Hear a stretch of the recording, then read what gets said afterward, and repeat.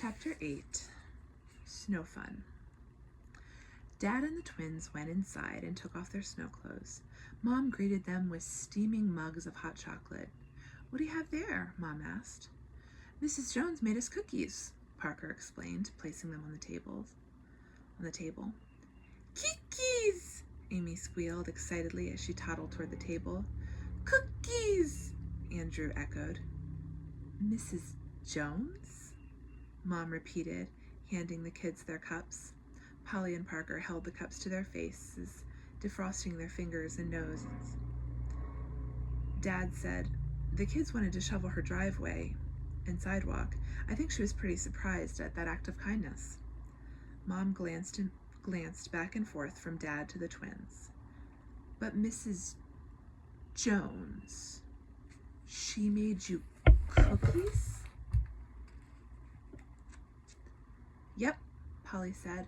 "We told her that we wanted to shovel her driveway for free to show her Christ's love, but when we were done, she gave us a plate of cookies that she made for us." "Wow," murmured Mom.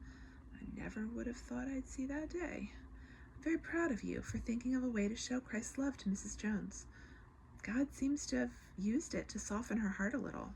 Oh, by the way, Mrs. Wood called while you were outside," Mom informed them. "She invited you to sled this afternoon. Apparently it's a snow tradition, and a lot of the kids from church come." "Really?" Polly squealed. "Can we go? Can we go? Can we go?" Parker pleaded. Mom laughed. "Yes, of course you can go. I'm going to throw your snow clothes in the dryer so they'll be ready after we finish lunch." "Yay!" the twins shouted together, jumping up and down. "But you aren't going anywhere until you eat lunch. I have some tomato soup and grilled cheese sandwiches on the table for the three of you. Go and eat up." They bounded off to the table, where they took their seats, prayed, and began to scarf down their food. "Take it easy," Mom laughed as she came back into the dining room. "We have to wait for your clothes to dry anyway, so there's no point in inhaling your food." Polly and Parker obeyed, and before long, they had finished their lunch and their clothes had dried. They eagerly bundled up again and piled into the van. When they arrived at the Woods house, many children were already there. Parker saw Daniel, Joel, and Steve and ran over to say hi. Polly saw Miriam talking with a couple of other girls and hurried to them. "Hi, Polly," Miriam called to her. As Polly joined them, Miriam said, "This is Sally from my school, and of course you already know Maria and Patsy." Miriam turned to Sally. "Polly just moved here from Florida." "Florida? I'll bet it was much warmer there," Sally commented. "Much warmer," Polly laughed. "This is the first time I've actually seen snow." "Really?" Sally asked. "Do you want to sled down the hill with me? It's so much fun." "I'd love to," Polly answered. "Come on," Sally said, pulling the sled to the hill. The girls sat on the sled. "When you lay down, you go a lot faster," Sally told her. "But we'll sit down, since it's your first time." Polly was glad, because the hill seemed so very steep. "Do you want to push?" Maria called to them. "Sure, thanks," Sally responded. Maria came over, and Polly saw Parker and Daniel fly down the hill. They went so fast, but Parker was always a little bit of a daredevil. "Are you ready?" Maria asked. Polly took a deep breath. "Yep, I'm ready too," said Sally. Maria pushed them, and the sled started down the hill. The cold air whipped Polly's face, and she felt as though she were flying. All too soon, the sled reached the bottom of the hill and slowed down. "That was so much fun!" Polly exclaimed. "I love sledding," Sally said, getting off the sled and grabbing the rope to pull it back up the hill. Polly took the rope to pull it as well, and together they trudged up the hill. I wished going up was as easy as going down," Sally laughed.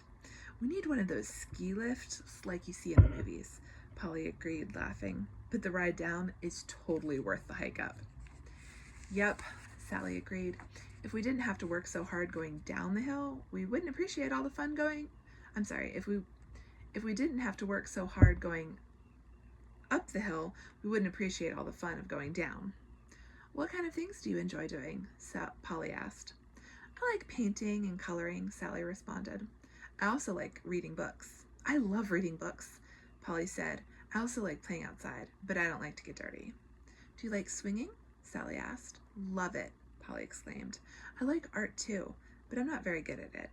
"Maybe sometime we can get together and I could give you some pointers," Sally offered. "I want to be an art teacher when I grow up." "Cool, I'd enjoy that." Polly answered. They arrived at the top of the hill. Do you want to go down by yourself this time? Sally asked. Polly bit her lip, glancing nervously at the hill. Here, I'll go next and show you, Sally offered. You lie down on your stomach and hold the crossbar at the top. If you need to steer to the right, you push the crossbar with your left hand. If you need to steer to the left, you push it with your right. Would you like me to push you? Polly asked. Thanks, Sally responded. Polly pushed the sled and watched Sally fly down the hill and then trudge back up. Are you ready to take a turn now? Sally asked. Polly nodded and lay down on the sled, gripping the crossbars. Sally pushed her and away she flew. It definitely felt as though she was going faster this time, and it was so much fun. All too soon she reached the bottom of the hill. As she stood up and grabbed the rope, she turned and gazed at the kids barreling down the hill.